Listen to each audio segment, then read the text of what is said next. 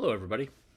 This is Skip Elsheimer. Welcome to the AV Geeks lunchtime streaming show, where we watch old 16mm films. And these were some home movies that were donated to us by someone in Charlotte who found them, I think, in an estate sale. And at first I thought, oh, 1928 World's Fair. But then I realized, no, World's Tour. So it is some rich people traveling the globe, and some great stuff in there. Early 20 or late 20s stuff. It's kind of interesting. Let's see. Let's get back to stuff that you know.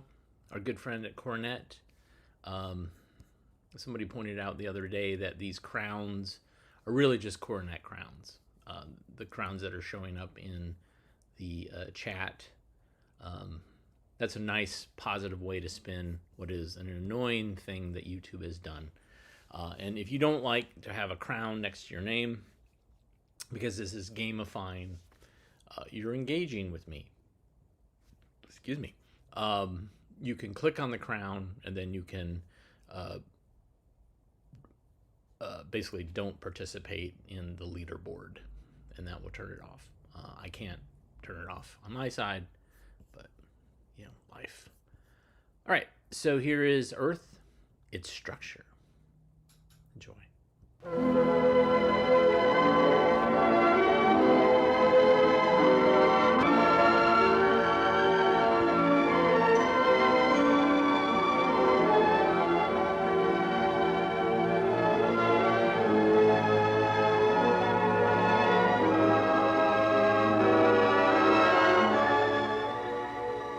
Earth, the planet on which we live, is the home of almost 3 billion human beings. Scientists have traced the record of mankind on this planet back about 2 million years. But this Earth of ours and the other planets of the solar system are much older than 2 million years. How did the Earth and solar system come into being? One theory is that several billion years ago, the universe consisted of many masses of cosmic gases and dust. One of these masses became our solar system. Due to gravity, the matter in this mass began to collect and rotate. Pressure and temperature grew higher and higher until the mass burst into white-hot brilliance. Through millions of years, the white-hot matter whirled. The nucleus, or central portion, coalesced, and great spiral arms of dust and gases were left behind. The material in these arms rotated around the nucleus. At the same time, gravity caused the particles in these smaller masses to group together. Scientists believe that the extremely hot nucleus became the sun, while the other groupings of matter became the planets. The matter that became Earth was in a state of white-hot heat, probably because of radioactivity. For several billion years, the Earth remained white-hot. Then, gradually, it began to cool and give off a variety of gases which were to become our atmosphere. Sometime during the Earth's cooling process, storm clouds, similar to those we know, developed. These storm clouds produced great torrents of rain which speeded the cooling process. But much of the Earth was still molten. As centuries passed, however, these materials slowly lost their heat. In some places, great masses of rock were formed, where lighter matter floated to the surface, cooled, and solidified. The building up of rock mounds in certain areas left huge depressions in others. These depressions were gradually filled by the waters of the great rains. Thus were formed the major surface features of our planet: large bodies of water and great land masses. Evidence about the Earth's interior is gathered in many ways. Some of this information indicates that the heat of the Earth increases about 16 degrees Fahrenheit with each 1,000 feet below the surface. If this increase were constant, then at a depth of about 160,000 feet, approximately 30 miles, the melting point of rocks would be reached. However, enormous pressures at this depth keep the rock in a semi-solid state. This means that our Earth is simply a thin crust of rock on top of a semi-solid interior, much as this sheet of mottled paraffin floats on top of the water in this tank. Scientists, called seismologists, have given us other reasons for believing this theory. Much of their work is done with machines like this called seismographs. Through work with the seismograph, scientists have established this picture of the Earth in cross-section. Generally, there are three main regions: the outer region, or crust, about 20 miles deep and consisting of solidified rock; the mantle of 2 layers, continuing to 1,800 miles deep and consisting of semi-solid rock; and the core. Scientists are fairly certain that the core consists of heavy metals such as iron and nickel in an almost molten state under great pressure. Why heavy metals? This simple demonstration may show us. In this beaker of oil are 2 materials of different weight. We stir the mixture. This represents the Earth in a molten state. The heavier materials, such as iron filings, settle out first. They are followed by the somewhat lighter materials, such as sand. It is believed that in much the same way, the heavier molten metals were drawn to the core of the Earth by gravity. Though much of our knowledge about the core and mantle is based on theories, we do have specific information about the crust of the Earth. We know about the mineral elements of the crust and how the crust has been modified into various landforms. And we know that landforms are made up of 3 kinds of rock. Here are samples of the 3 kinds of rock found in the Earth's crust: igneous, sedimentary, and metamorphic. At first, all rocks on Earth were igneous. Common igneous rocks are granite and basalt. Igneous rocks, such as this cliff of granite or this one of basalt, are formed by the cooling of molten rock. Igneous rock is a basis for sedimentary rock, such as sandstone and limestone. Limestone and other sedimentary rocks are made up of small particles of rock which have become cemented together under extreme pressure. Like sedimentary rocks, metamorphic rocks may be formed from igneous rock. Among the more common metamorphic rocks are marble, gneiss, and quartzite. Metamorphic rocks, such as quartzite, were once igneous or sedimentary rocks, but they have been changed by heat or pressure. These 3 kinds of rock, then, metamorphic, sedimentary, and igneous, make up the Earth's crust. Mountains and mountainous lands are often composed of granite and igneous rock, that is, molten rock that cooled and solidified. Some mountains, called volcanoes, are also solidified igneous rock. This rock has been built up by the action of volcano. Sometimes pressure on this molten rock builds up, and the liquid rock is forced or squirted into an opening or fissure and comes to the surface.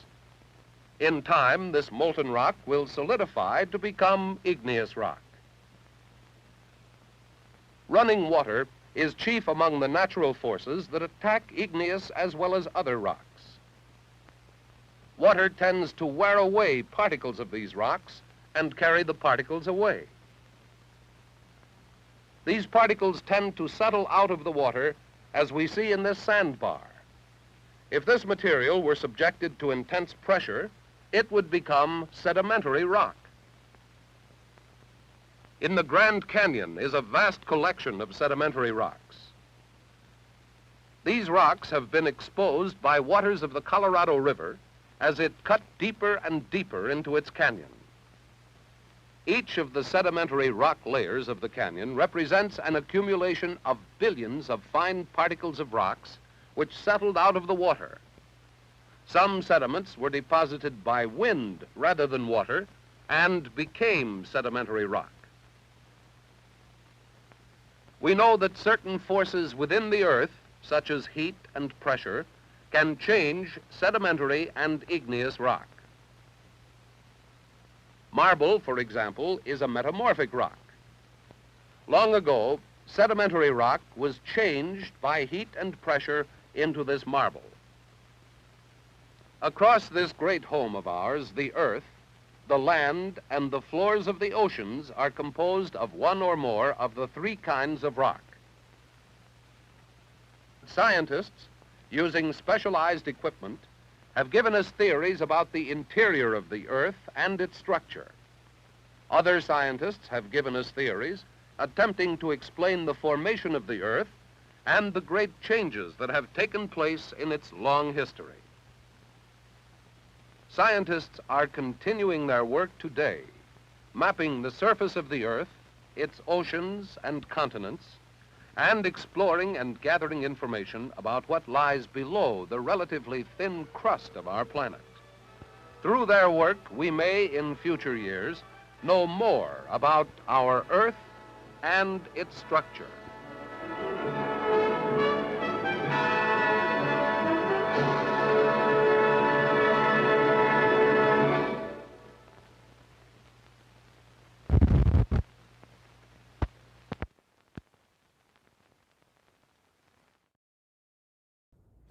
Straight up geology. Yeah, I don't think it gets more interesting. Although I feel like there was some science rock ones that were pretty great about the different layers, and then that film, how to dig a hole to the other side of the Earth. I thought that was a pretty interesting treatment on how to talk about the different layers. Geologic layers. Let's learn about this family in France. Enjoy.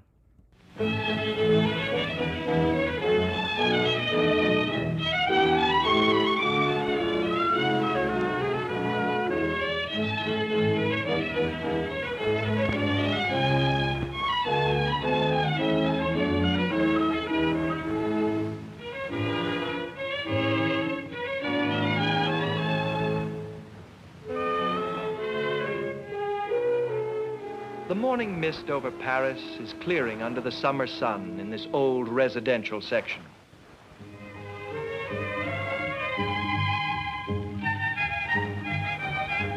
Like many other Parisians, the Brion family look forward all year long to their summer vacation, which they usually spend at the family farm in Normandy.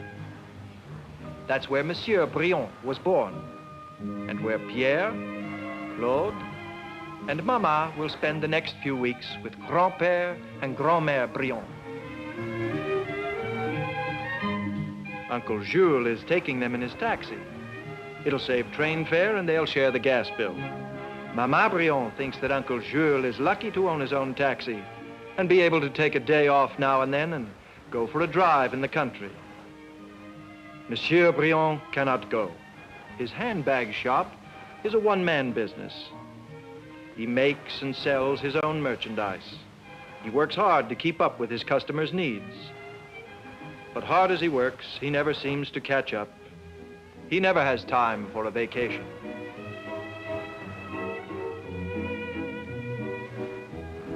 Uncle Jules is taking his sister and nephews the long way out of town. for he knows that the Brions rarely take time for sightseeing.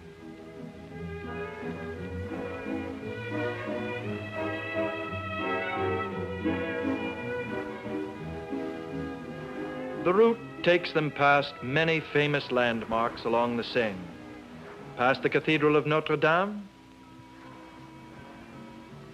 then across the Place de l'Opéra,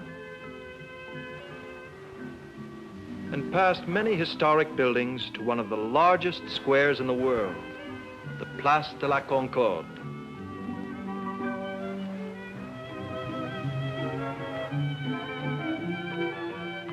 From there, Uncle Jules turns his car into the wide avenue called Les Champs-Élysées, which leads to the Arc de Triomphe and out of Paris. As Claude's road map shows, Normandy is a region in northwestern France on the English Channel. The coast of Normandy is part of the 1,600 miles of French coastline. Because of the influence of the warm ocean currents, France has an extremely mild, humid climate, favoring a great variety of crops in the rich soil. France is divided into 5 great agricultural basins, each watered by a river. These rivers and their connecting canals provide cheap inland transportation. The road to Normandy takes the Brions through the Parisian basin, where the principal crop is wheat for the bread that is a basic food for all Frenchmen. As he drives along, Uncle Jules tells Claude about the many towns and villages. He knows every bend in the road and many farmers in this region.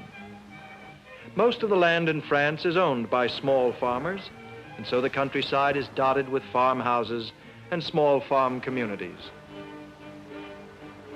The time passes quickly, and soon they arrive at the gate of the old family farm. Many generations of Brions have been born and reared in this solid farmhouse. Grand-père and grand-mère have been waiting impatiently for their visitors.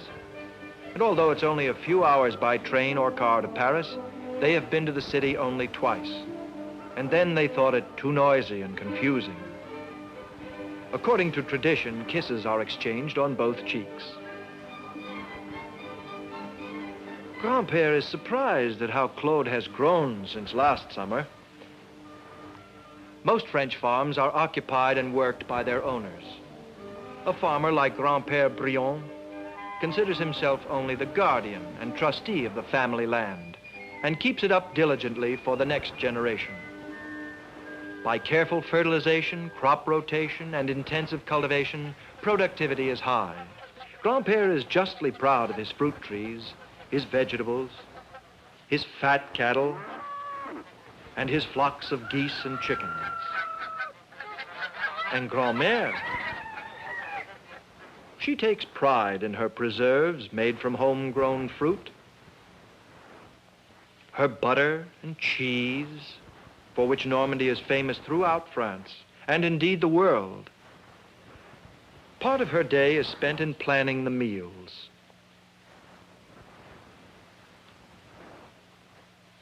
This mackerel was caught fresh this morning off the nearby coast. So nearby you can smell the salt spray in the air, the salt spray that the wind carries inland from the neighboring fishing village.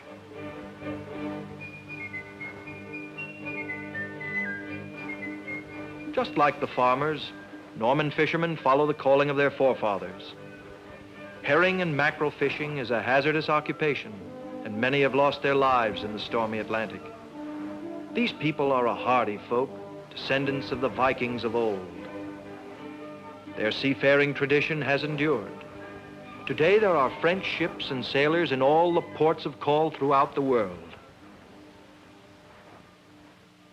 Here is one of them, Uncle Jacques Brion, second officer on the freighter South Wind, which takes passengers and goods from Cherbourg to Tunis, to Madagascar, Tahiti, New Caledonia, and on the way back makes stops in many ports of the French possessions overseas. Jacques, home on leave, tells his nephew Claude of a typhoon his ship encountered in the Indian Ocean. But they got through safely with their cargo of rubber, copra, and cocoa for the markets of France. Although France is more nearly self-sufficient than any other European nation in most of the things Frenchmen eat, drink, and wear, no country is completely self-sufficient anymore. Today, the prosperity of France depends on foreign trade with her Commonwealth and the rest of the world. Like Uncle Jacques, some Frenchmen make their living from shipping, especially in the great port cities like Cherbourg and Le Havre, which are ports of embarkation to and from America, or Marseille, the great Mediterranean port city. But in spite of the far-flung foreign trade of France, few Frenchmen travel and even fewer migrate. Why? Probably Grand-Père Briand would answer that love of the land and the sense of vocation are deep in the nature of a Frenchman. Whether he is a Norman farmer, a skilled craftsman like Monsieur Briand, an expert mechanic like his son Pierre, or a tapestry weaver in the Gobelin plant, each takes pride in his work. Over the years, the label Made in France has spread the prestige of French workmanship and taste throughout the world. Many skills, like French cooking, are passed down from one generation to the next. And whether it's a famous Paris hotel or a small, well-known inn along the good roads of France, cooking is an art that is taken seriously. Every province has its specialties.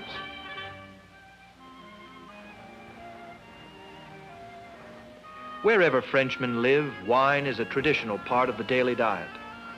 And in several provinces, wine growing is so important that their names have become synonymous with their wines. Anjou, Bourgogne, Cognac, Champagne, and so on. Born and reared in a historic setting, Frenchmen are deeply conscious of tradition. Surrounded by works of art, Frenchmen appreciate beauty. France has long been the refuge of artists from many lands. The people of France live close to the great monuments of medieval faith. Indeed, religion and community life are inseparable in France. While church and state are separated and religious freedom rigorously observed, the Roman Catholic Church exerts a powerful influence. Monsieur le Curé is a friend and advisor to the villagers.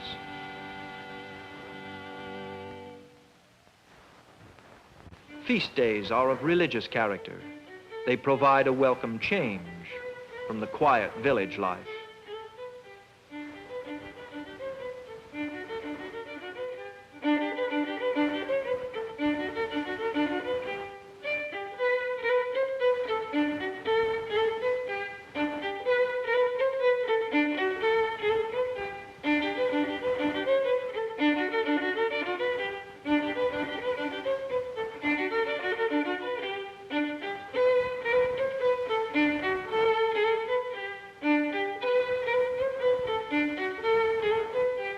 But France, the country of farmers, shopkeepers, fishermen, and craftsmen, is also an industrial nation. More and more people work in factories and mines. And France needs more men to mine their natural resources, more hands for industry, more hands for farms, more hands than there are in France. Therefore, workers are brought in from Italy, Yugoslavia, and other countries to man the expanding industries of France. 3 wars in less than 100 years have taken a heavy toll on French manpower, a loss commemorated by the eternal flame under the Arc de Triomphe in Paris. The French population does not increase as rapidly as that of other European countries, and Germany's expanding production and power are a continual source of anxiety to Frenchmen. The formation of an international authority under which steel should be made with French coal and German iron appeared as the first sign of cooperation instead of competition between France and Germany.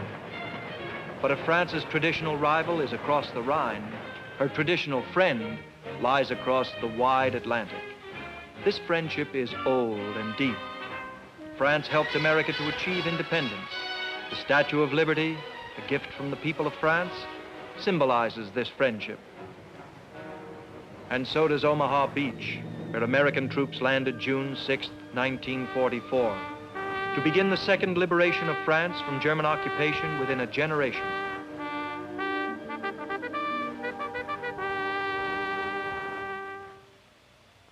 Now Uncle Jacques' leave is up. He's off to make the rounds of the seaports of the world once again. And Pierre's vacation draws to a close.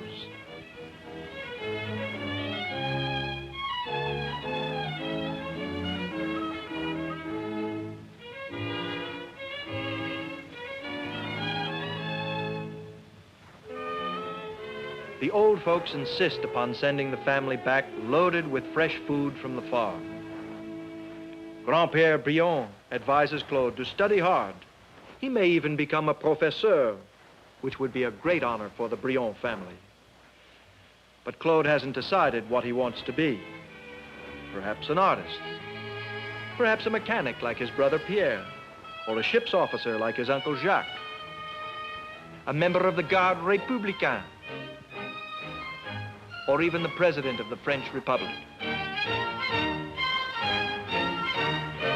Claude and his other schoolmates will have the opportunity to become any of these. For France is a true democracy, where a boy's youthful dream may come true.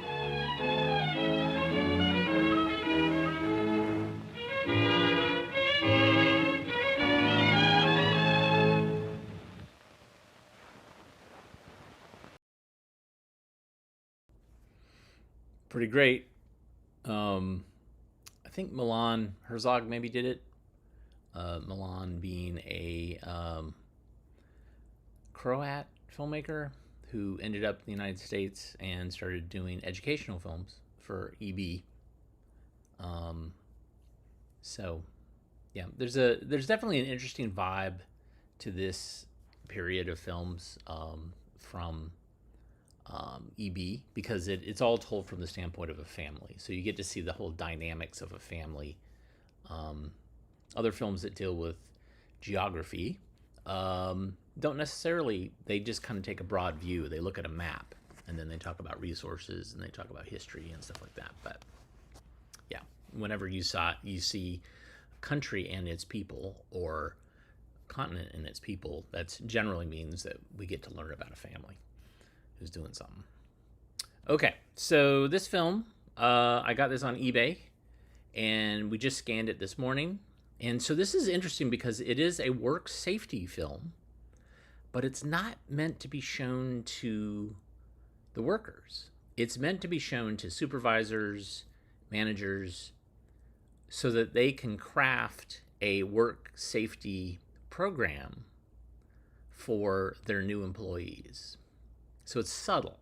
So, and it does cover a lot of the same things, but right off the bat, when they start talking, you're like, this is not meant for the workers. No way. The vocabulary is way up high, and we're not doing blue collar here. And unfortunately, this is clipped at the end, but there's lots of wonderful footage, and the production music, man, it's just going to bring up so many things in YouTube. I don't think it'll bring us down, but it'll be interesting tomorrow to say, yeah, you can't monetize that show because, 200, not 200, but like 20 different production music bits are going to show up. So here it is, Orientation and Indoctrination of Safe Workers. Enjoy.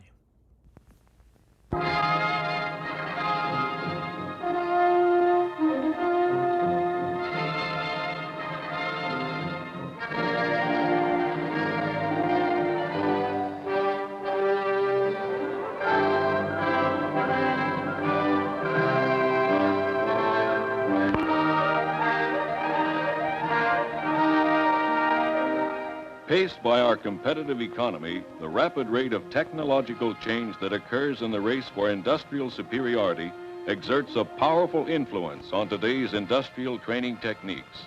It continually emphasizes the concept that training anticipate current developments to be dynamic and to avoid becoming outmoded. A basic principle to recognize is that any industrial enterprise is no better than the men who run it. A training program including safety stems from company policy, and its establishment rests solely with top management. Here, plans are developed by the executive and operating heads when a new plant is opened. or an older plant expanded. They consider the local availability of labor and how workmen will be selected according to company standards. At this point, the Personnel or Industrial Relations Director is assigned the responsibility of hiring and training new employees. The success of a training program rests primarily on the support that is given to it by the executive and operating heads of the company.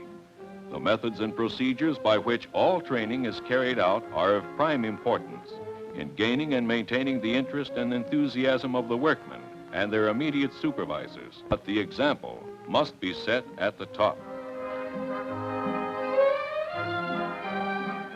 A successful training program requires that a new employee be guided into his new surroundings in an orderly manner so that the employee can justify the program in his own mind as personally acceptable and desirable. Industry seeks to hire individuals who, in addition to the required knowledge and skills, have reached the highest obtainable levels of formal education the job requires. Because the formal educational levels completed by employees may not always fully meet a company's particular requirements, they're often trained by the company to augment their previous job experiences and aptitudes for particular jobs. A minimum educational requirement in this plant is that the new employee be a high school graduate.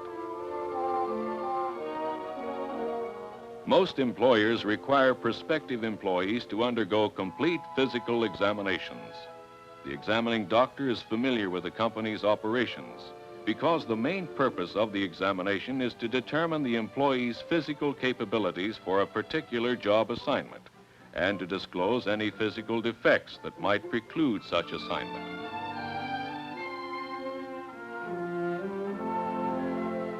Orientation and indoctrination should begin as soon as practicable following completion of the employment procedure.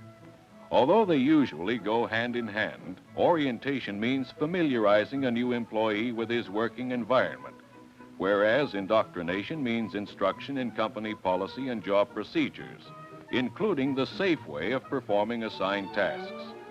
The new employee must be squared away in his new job so that he finds his place in the organization with a minimum of confusion and with the knowledge of how to avoid injuring himself or his fellow workmen. Orientation need not be lengthy, but should be complete. Frequently, the orientation includes a few words of welcome from the plant superintendent and an introduction of the safety director and others with whom the new employee will come in contact. It is important to demonstrate the company's interest in the new employee's welfare. The aim is to make the employee a member of the family.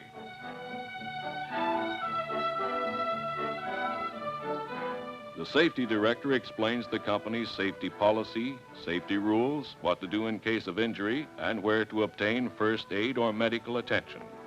He emphasizes the necessity of reporting every injury, regardless of how slight it may seem.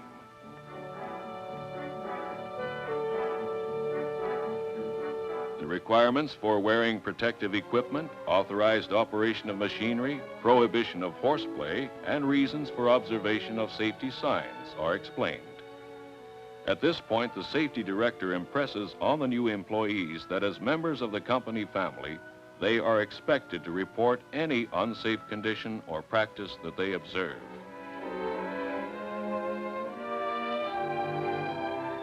Each new man receives a copy of the employee handbook, which explains in detail the company's rules and regulations, and often contains information on the plant layout and facilities to further guide the employee in his new environment. They also receive an accident prevention handbook, outlining safety procedures and practices.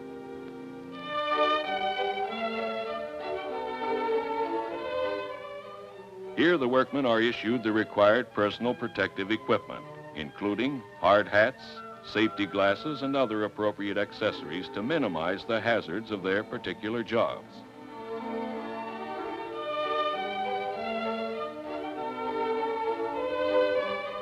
The safety director conducts the new employees on a get-acquainted tour of the plant. Along the way, he points out various posters used in the company's safety program.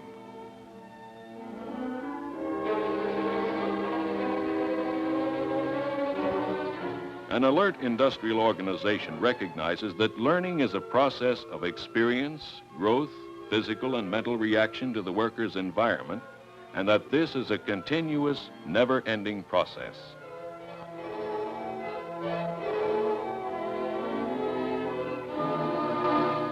As they continue through the plant, seeing various facilities and equipment, the safety director points out the safety features of each. Metal guards on conveyor belt drives, pulleys, and gears.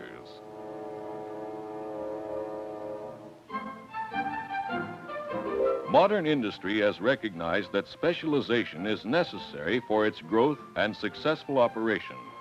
To further meet a company's needs, the individual employee must be trained as a job specialist and as a safe workman. The job training and safety education programs must be oriented to conform with the concept of job specialization, including the safety aspects of job analysis.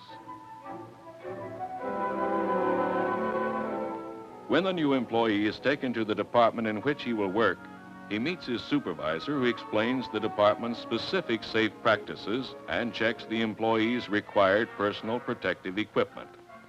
He stresses the importance of the job assignment and what is expected of the new employee. He then points out some of the warning and instructional signs, location of fire alarms and fire extinguishers, and conveniently placed first aid kits.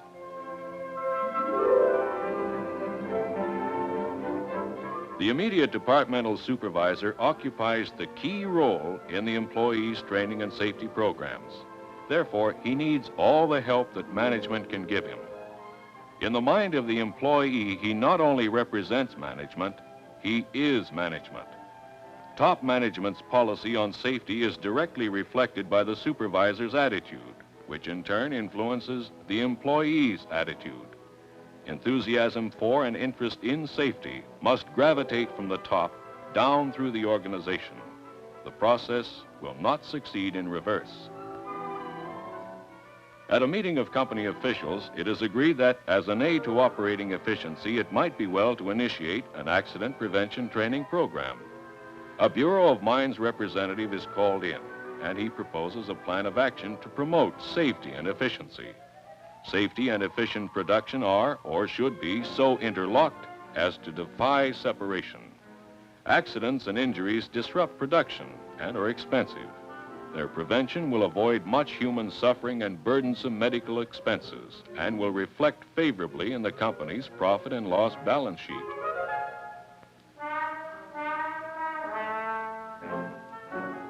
Management, realizing that safety is not merely lip service slogans only, and recognizing its responsibility for the safety of its employees, decided that an accident prevention course could be utilized to everyone's advantage. With classroom facilities provided and with 100% participation of employees and supervisors, the Bureau of Mines instructor begins the course. After an introduction by the plant safety director, the instructor briefly recounts the history of the Bureau of Mines and outlines the content and duration of the course. Principles of Accident Prevention.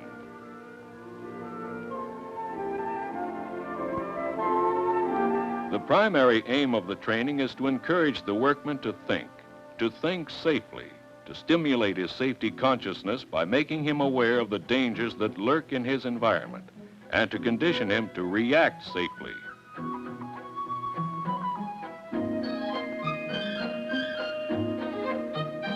People change their destinies by modifying their attitudes, and as regards safety, they may very well add to the span of life by changing unsafe attitudes to safe ones.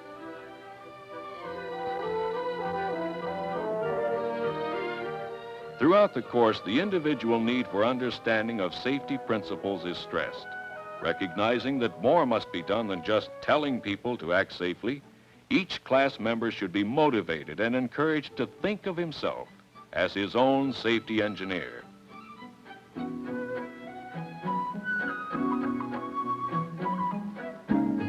Safety education and training is useful only when it fulfills a need. Its planning must include both current and future needs, keeping the objective in mind that the safe way is the only way of doing a job.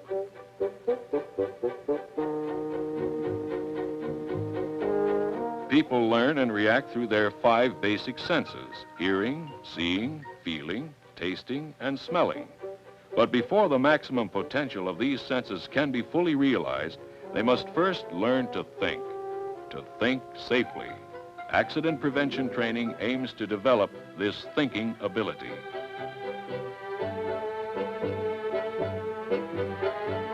Here, some new employees receive their initial on-the-job training. A qualified supervisor instructs each man in the various steps of his job, including the use of equipment necessary to implement it. Only a few trainees should be assigned to a class at one time.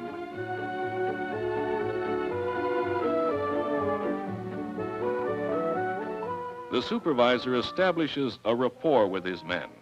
He explains the operation of the controls of a front-end loader, taking care to give reasons for each step.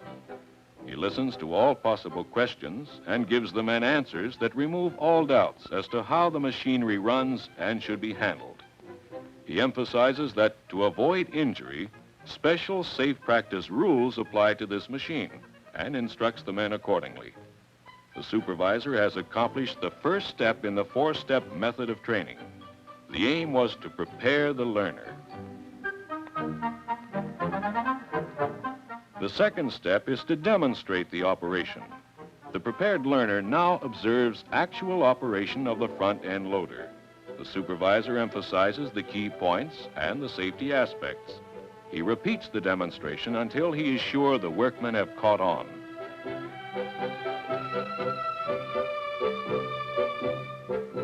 The third step is the tryout. Each workman will now go through the operation. The supervisor observes and corrects. He encourages and compliments when the job is well done. The workman repeats the operation. This time, he explains the steps, key points, and safety precautions. The operation is repeated by all until the men and supervisor are satisfied the workmen are competent to perform it.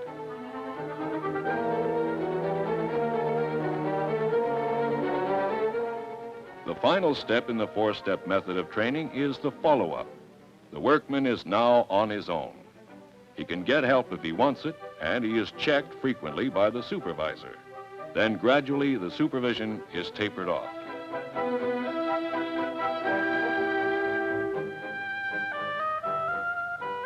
Even though a competent electrician has the technical knowledge and skill to perform his work adequately, he may still lack the knowledge to perform it safely.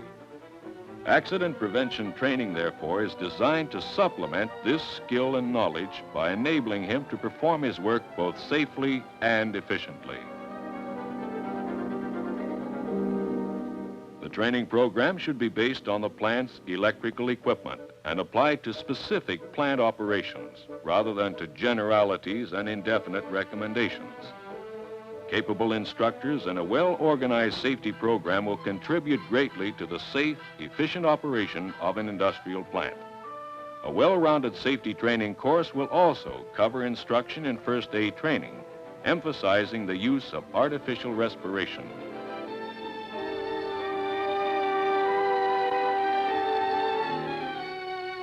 Notwithstanding the progress made in the design of modern electrical equipment, many preventable accidents occur because of improper operation or faulty maintenance. Also, hazards that cause injuries, serious or even fatal ones, often are created by lack of knowledge of safe procedures.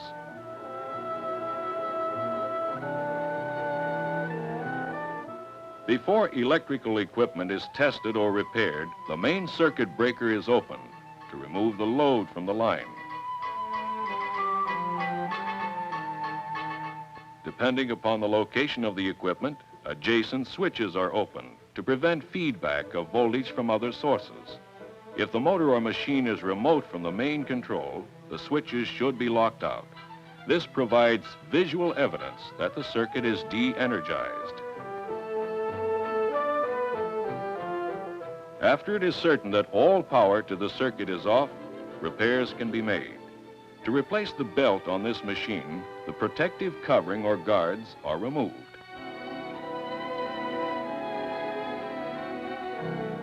The inspector checks the circuit using a voltmeter or other appropriate device. If it is energized, he will then proceed to cut off the power before making further inspection or repairs.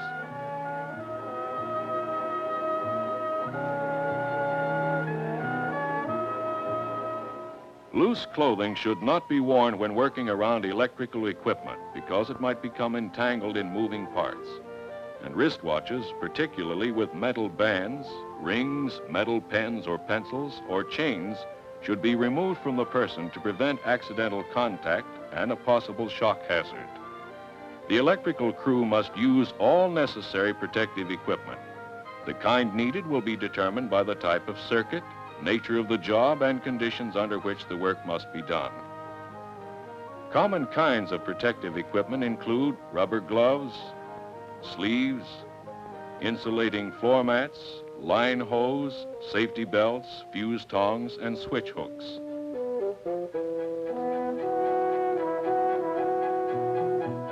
On-the-job instructions should be given until each individual can perform all his duties safely. The supervisor must spend enough time with new maintenance employees to properly instruct them, and then follow up to make certain that his instructions are fully understood. Because the function of maintenance is to keep plant equipment in top operating condition, a good maintenance system must detect faults before they become breakdowns. The program must emphasize preventive maintenance.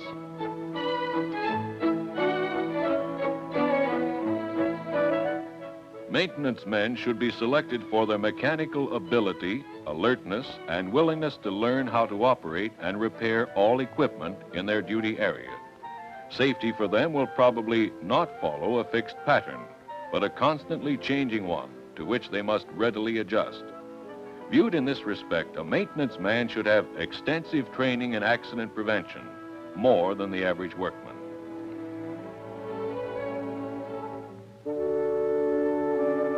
The maintenance crew should be called together at the start of a non-routine job to determine the hazards involved and the method of doing the job safely. The men should be given an opportunity to discuss the job and offer constructive suggestions.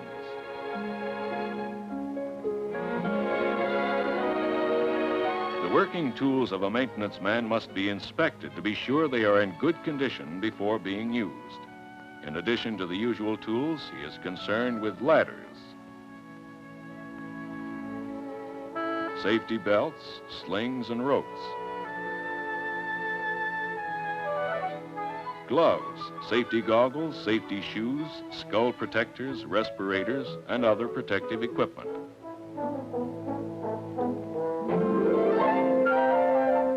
To avoid snagging, maintenance men's clothing should be snug-fitting, particularly at the neck, wrists, and ankles.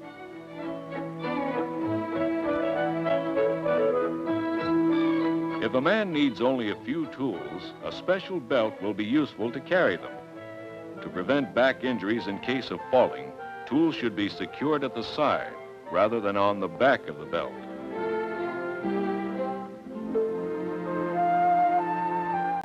Safety goggles should be a standard article in every maintenance toolkit.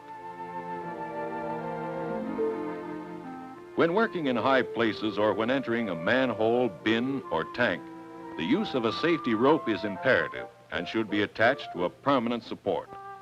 With jobs of this nature, an extra man should be stationed close by to assist in case of emergency. Repetitive maintenance operations require hoists, fixed ladders, or guarded catwalks.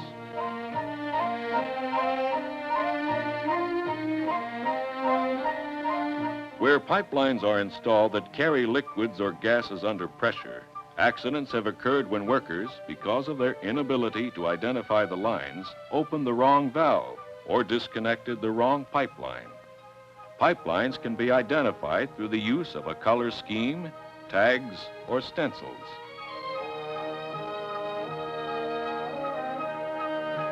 Accidents occur to oilers who attempt to lubricate moving machinery.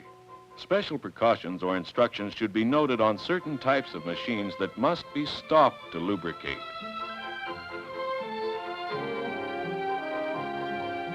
Ladders should not straddle moving machines, nor should an oiler attempt to reach several fittings to avoid moving the ladder. Standing on a box, table, or chair invites an accident.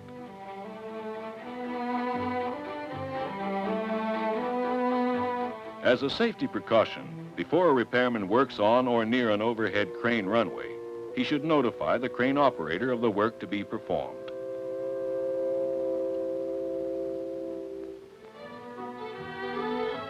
Maintenance men should protect themselves, their fellow workers, and others nearby from electric arc welding rays that cause eye injury. Welding screens or fire-resistant drop cloths may be used.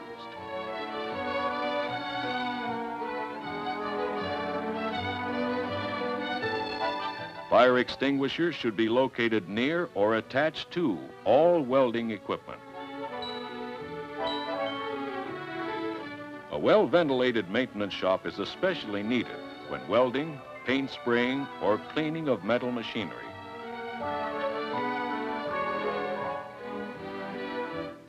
Fire extinguishers should be readily available, and the men trained in the proper extinguisher to use on grease or oil, electrical, and other types of fires.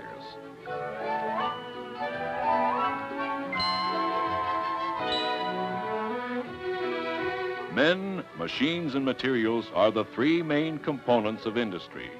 Whereas machines and materials can be more readily controlled, controlling human behavior is the most difficult to achieve. Nevertheless, human behavior can be guided in the interest of safety by training and environment. Organized accident prevention classes can be of great assistance in guiding and conditioning workmen to think about their safety and the safety of others, and thus know safety. With this concept in mind, safety representatives of the Bureau of Mines have extended the Bureau's safety training program into all types of mineral extractive industries. The basic objective is to get to the man on the job.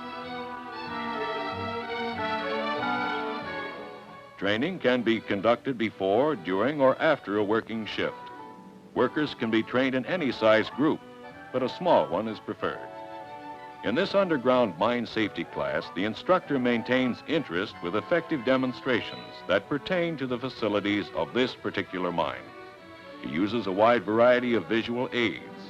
Lectures are brief and in easily understood language, and the training aids are fundamental and uncomplicated, so that extensive formal education is not necessary to understand them. Workmen are impressed that accidents are costly to everyone, especially the one who gets hurt. They learn that practicing safety is personally desirable with respect to their earnings, family security, avoidance of pain and suffering, and having good health and living a longer life.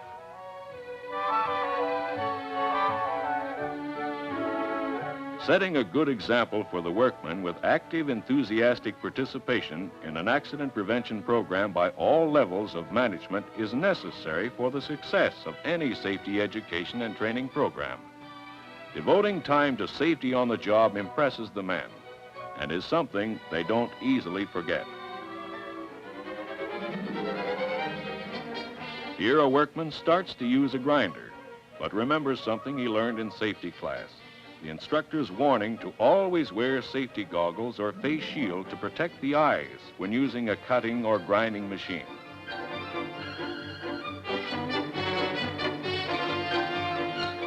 Protection of life and limb depends upon accident prevention training, more than the speed of reflexes.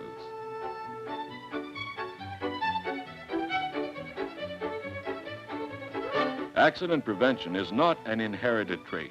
It must be learned, and learning requires motivation through effective training. Workmen can be motivated best by emphasizing that safety will not be attained on a one-way street. It requires united action of labor and management.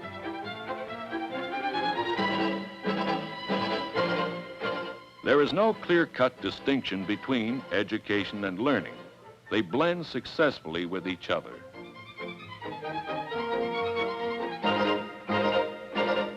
An unsafe plant cannot operate efficiently. Therefore, accident prevention instruction combined with on-the-job training ensures operating efficiency. And with the concerted action of all employees, coupled with vigorous, intelligent, and wholehearted support and leadership of management, success will crown the efforts toward accident prevention. The Bureau's experience indicates that best results in accident prevention are obtained when everyone on the job completes the training. The men show their willingness to cooperate with each other in solving their common safety and working problems. Past experience has proven that by completing the course, these workmen will develop safe ways of working by thinking about safety. They mature by understanding the hazards of their industrial environment, and they become industry's most valuable asset.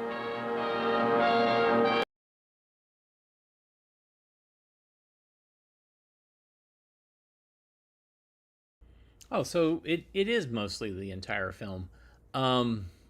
Man, that all those toys, those demonstration things, man, those were awesome. I was very excited to see those. And, my birthday is coming up in October. So, if somebody is handy with a skill saw, a half-sized flat silhouette of a worker trying to lift something where you can basically manipulate them with their butt with your hand handle, and then you can see the articulated spine. I mean, that beautiful. And I don't think those were mass produced. I think somebody made that. So very exciting. Thank you for joining us today. Gabriel, thank you for the coffee. Gabriel has been contributing coffee every day via the ko-fi.com/avgeeks link. And that helps add up. I had way too much coffee today because I'm still on steroids. And so I'm all like tweaked out.